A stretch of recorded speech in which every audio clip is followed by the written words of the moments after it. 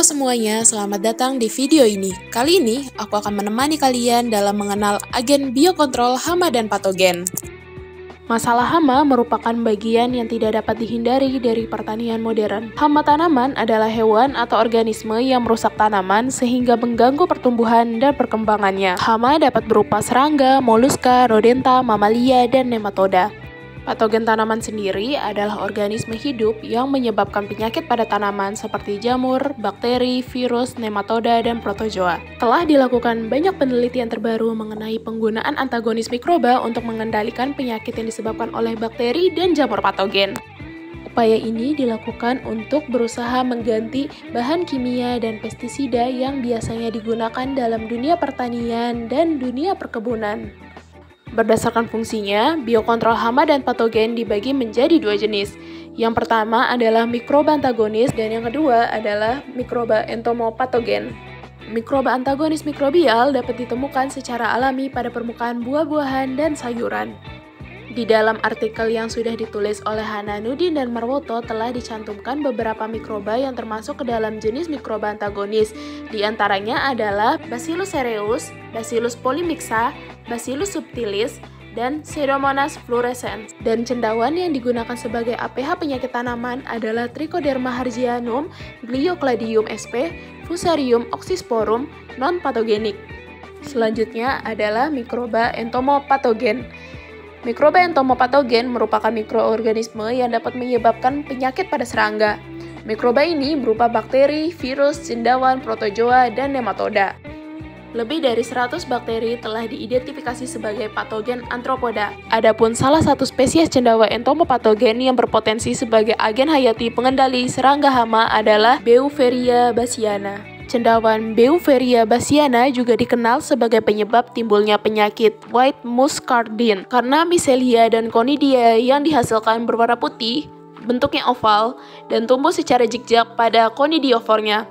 Cendawan ini mempunyai kisaran inang serangga yang sangat luas, meliputi ordo Lepidoptera, Coleoptera, Hemiptera, Isoptera, Homoptera, Diptera, dan Hymenoptera. Di tahun 2017, Balbal telah merumuskan 3 mekanisme aksi mikroba dalam mengendalikan penyakit tanaman, yaitu induksi resistensi, kompetisi, dan antagonisme.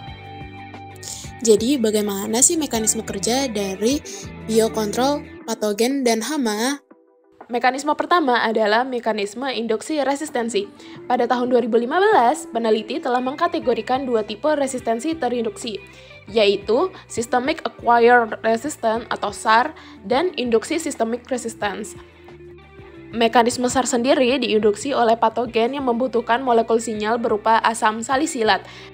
Mekanisme ini berasosiasi dengan akumulasi pathogenesis relate protein atau PR protein yang berkontribusi dalam resistensi.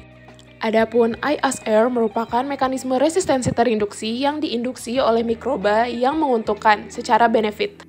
Contohnya adalah Growth Promoting Rhizobacteria atau PGPR.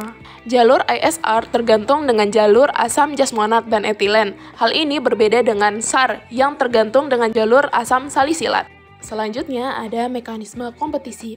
Mekanisme ini disebut kompetisi karena mikroba pengendali hayati dan patogen berkompetisi satu sama lain untuk memperoleh nutrien yang esensial dan mengkolonisasi ruang untuk bertahan hidup. Kandidat potensial agen pengendali hayati adalah mikroba yang sangat kompetitif dalam memperoleh nutrien dan mengkolonisasi ruang. Proses kompetisi ini dianggap sebagai interaksi tidak langsung atau indirect. Pada tahun 2019, peneliti menyimpulkan bahwa patogen akan tereliminasi sebagai dampak kekurangan nutrisi dan ketidakmampuan dalam mengkolonisasi ruang. Selanjutnya adalah mekanisme antagonisme. Antagonisme merupakan mekanisme agen pengendali hayati yang mikrobanya secara langsung berinteraksi dengan patogen. Hal ini berbeda dengan kedua mekanisme sebelumnya yang mikrobanya berinteraksi secara tidak langsung. Mekanisme antagonisme dapat terjadi melalui hiperparasitisme dan antibiosis. Hiperparasitisme sendiri diistilahkan sebagai parasit dari parasit. Parasitisme sendiri merupakan interaksi langsung antara dua organisme. Satu organisme tersebut bersifat parasit dan memperoleh keuntungan berupa nutrien dari organisme lainnya yaitu inang. Apabila inang dalam interaksi tersebut merupakan parasit, dalam hal ini patogen, maka interaksi tersebut disebut hiperparasitisme. Sedangkan antibiosis merupakan mikroba antagonis yang menghasilkan suatu substansi yang dapat menghambat pertumbuhan bahkan membunuh patogen. Pada tahun 2014, para peneliti telah menyebutkan bahwa substansi tersebut dapat berupa antibiotik, enzim, senyawa volatil, dan toksin.